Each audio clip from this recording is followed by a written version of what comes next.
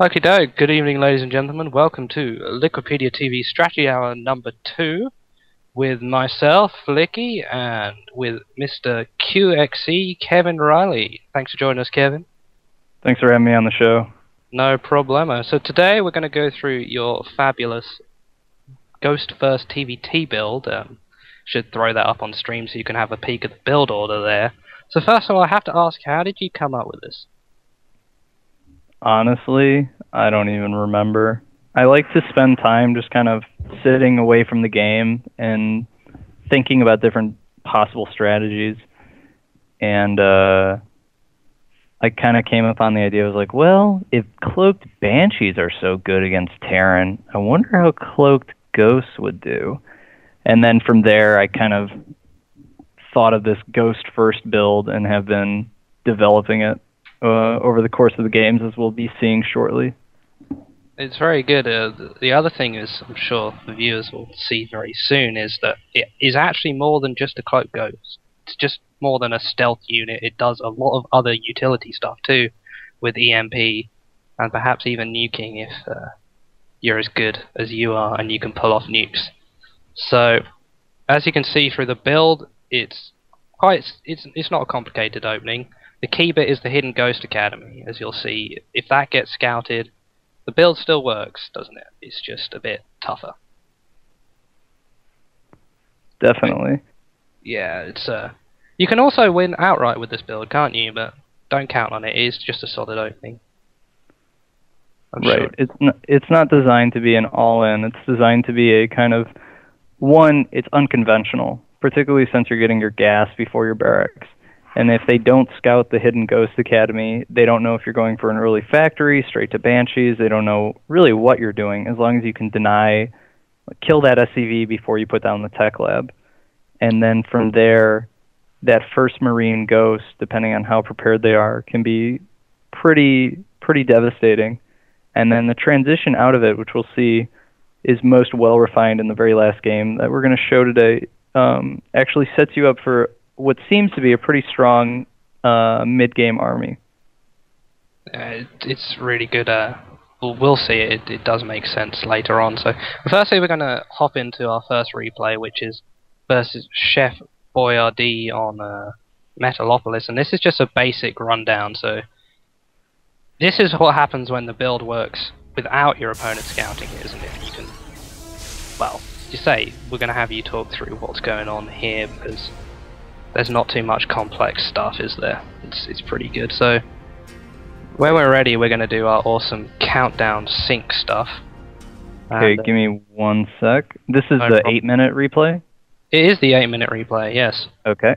And we're going to do our lovely countdown to 3, 2, 1, and we're going to chat a bit more about the build as we go. When I say go, Wilson, go. Let's do SC2GG style. Good old-fashioned syncing up. Okay, ready? 3, 2, 1, go. Okay. So you start off just as standard. I mean, your first depot's on 10, right? Yeah. So the general progression of the build is depot on 10, gas around 11, and then the barracks really needs to come out at 12. Any later than 12 and you become susceptible to early marine aggression, bunker rushes, stuff like that. Yeah, say this build, if I recall, this one is one later. It was before you finalized it, so while we don't get a good idea of why you need the barracks out a bit earlier, it is important. So yeah, go ahead. No, you're more important than I am. This is one of the first games. I think I played around 8 games against like low diamond, maybe platinum players, just to kind of work out some of the timings on it. And this is one of those games. I think Chef Boyardee is like somewhere in diamond. And so we played a couple of games. You can see I'm taking my gas here. And this is pretty early on in the development of the build. It's a solid build. So we're on a 4-player map. Now that's quite important for this build, isn't it? So why is that? Why 4-player maps? So there's 2 main sticking points with that. One is the longer your opponent takes to see when you Like, because you're doing gas before barracks, there are some potential timing windows that you're vulnerable to. And things like a proxy Rax or a proxy Reaper, which are somewhat common on 2-player maps, are almost non-existent on 4-player maps. And so it gives you a little buffer against those. And it also really helps because it gives you more space and area where you can hide that Ghost Academy that's not easily scouted. Yeah, we'll see that in a minute where you pop it, and that's one of the first things I noticed when I was watching these replays. So you're gonna hide your Ghost Academy. What do you do? Say you don't scout them first. Where do you put it? Do you hide it in your base or what?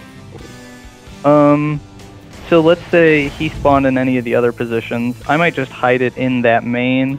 I could definitely hide it in that same spot. It's just, you want to put it somewhere that normal scouting patterns don't go. Don't put it in a main, don't put it at the top of a ramp or at a choke. Don't put it in range of a Zelnaga watchtower. Otherwise, should be pretty good. Upgrade complete. Yeah, we're going to see, obviously, as soon as this academy's finished, the Ghost's going to pop out, and then right as soon as the Ghost is out, you go for your push with just a Marine and a Ghost, which is not... Well, actually, no, I think you use SCVs here too, so how did you... when you first came up with this build, did you really think, yeah, just one Marine, one Ghost, that'll do? So initially, we'll actually see it in the game against Ruby coming up a little bit after this. Initially, the build was focusing more on getting Cloak early out, but I realized that there's this timing window that you're aiming for, and pretty much if they have a factory unit out, the push becomes a lot weaker. And so this one Marine, one Ghost, 3 SCV thing is really trying to hit the window before a Hellion comes out, before a tank comes out. Yeah, there's a lot of cases I've seen of, well, me trying this myself as well.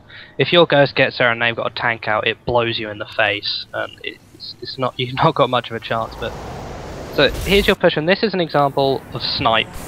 Well, listen for the snipe noises, ladies and gents, and that just destroys the Marines.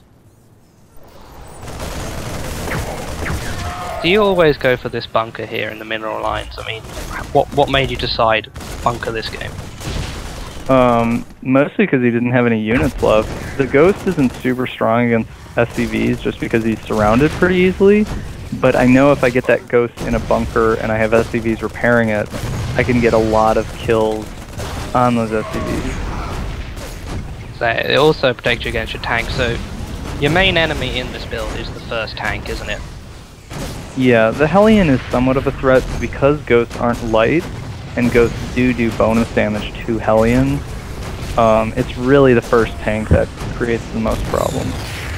So as we can see, this hero Ghost here, 15 kills before it gets exploderized, which is incredible. You see, you're way ahead on SCVs, and so you're starting your transition of Marauders just to defend. Or in this case, attack with SCVs and Marauders. Right. This is one of those things where you kind of... I know my initial attack was really strong, and I kind of got a feeling that he's not going to be able to defend this. So instead of giving him a chance to rebuild, grab a bunch of SCVs, grab my Marauders, and just go for the kill. Even if this attack doesn't work, I feel pretty confident that I'm going to break his ramp, and I'm going to get a lot of SCVs out of it. So obviously, the Marauders are a key point to follow up with the Ghosts. Obviously, the main weakness, as I said, is the tank. So what's best against tanks? If you haven't got your own tanks, Marauders, right? In terms of ground units, yeah. Particularly once you get some stim Marauders out, you can kind of hit the tanks when they're not sieged or when they're on the move, and they're particularly vulnerable at that point. That's good. It works very well. So, as I said, that is what can happen if you're playing a player who's not so confident, doesn't know what's coming. You can just destroy his mineral line. He's got no choice. I particularly enjoy doing this against bad people because I'm not very good at TVT. That's a bad... It's a confession for everyone. I'm sure you probably listen to my voice and you think, no, you sound like someone who's good at TVT. But Ghosts make it a lot more fun. So our next replay is an earlier version of this build, right? Oh, wow. Give me 1 sec. I'm going to turn up my volume a little bit. Can you hear that in the background? Yeah, I can. Don't worry, I've got some filler time for you. So, while QXE sorts out whatever that was, aliens, something like that, if you head into our Liquipedia IRC, that's #Liquipedia or #Liquipedia if you're from the other side of the Atlantic, or I believe they're also in #TeamLiquid too on QuakeNet. Find these two people. They've got an Ask tag. That's Ask Aesop or Ask Folon. If you have any questions about this build for us to answer, just pop them a question. They'll send one over to me. I'll ask QXE, and he'll answer it. We'll keep these questions to strategy stuff. I'm sure a lot of you have many QXE related questions that aren't to do with the Ghost build, and I'm sure that while interesting, not particularly relevant at this point. Yeah, apparently QXE, when you're ready, are you back? Is this all sorted out now? Or? Yeah, I think we'll be okay. I'm not sure how many more times that may or may not happen. Okay, we'll just pretend it's something planned. I think that the Liquipedia lore is that we're in like some kind of castle laboratory, so I'll just blame it on something like that. We can roll with that. It's a lot more interesting than what it actually is. Sounds great. So what replay do we want next? We're on the Drooby 2. Okay, Metalopolis 2. One question someone's asking is, what build is this meant to counter? Like, what I suppose is, what did you think that this build would just, be really strong against? This could be interesting. Basically anything that's marine heavy, and then Banshee heavy builds goes do particularly well against Banshees compared to just about anything else, like Marines. And they're mobile, you can EMP to deal with cloaking, that's all really nice. And any kind of like Marine tank push, this kind of demolishes because you snipe the Marines and then the Marauders take care of the tanks. I notice as well with Ravens, if you ever get the Raven Marine tank push with the PDD, you can just EMP the point defense drone. That's correct. Cool too. Yeah. So one more thing, we're going to ask one more question before we hop into this. Is someone wants to know, could this be viable in TVP? Do you think, or I suppose perhaps even Terran versus Zerg, but they didn't ask specifically about that one. I have tried it Terran versus Zerg, although when I do a TVZ, I go for early cloak to kind of abuse the lack of overseers. Zerglings are too good against ghosts in general. It's really hard to, and so are roaches for that matter. In TVP, I want to say that the timing works out that they have a stalker out in time, and then there's nothing to snipe. Like, ghosts can't even snipe the worker line, so it doesn't seem like it'd be particularly effective there. Yeah, I mean, Zealots have too much health anyway for that, I'm sure. Anyway, so are we ready to rock and roll with the second replay? I hope. Roger that. Not yet, did you say? No, I am ready.